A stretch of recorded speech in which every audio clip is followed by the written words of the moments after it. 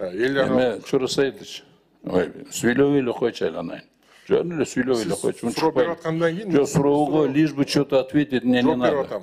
Сен жоуң жоо эмес бул. Это просто бред какой-то. Ну, я прошу так не выражаться. Просто бред. Это не бред, извините. Это просто бред. Это ваш закон был бред, извините. Вот поэтому вот ошонун аркасынан бөт бардыгы маған топталаң болуп жүрөт. Бир да сурообузга жооп бере албайт бирөөсү дагы. Эч кандай определенный эчтеке жок. Вот. И еще вот стоит еще и хамит, да? Бред депчи. Потому что бред несет и еще хамит. Иштегиси да келбейт, кантип иштешти да билбейттер булар. Ошол. Ошондуктан берде бардыгы эле мына мен мындай эме кылам, чарчадым да ошо окшон разговордончу. Жөн эле ар бир сүйлөйбүз, абаны титиретебиз да ошон эле бүтүп калат.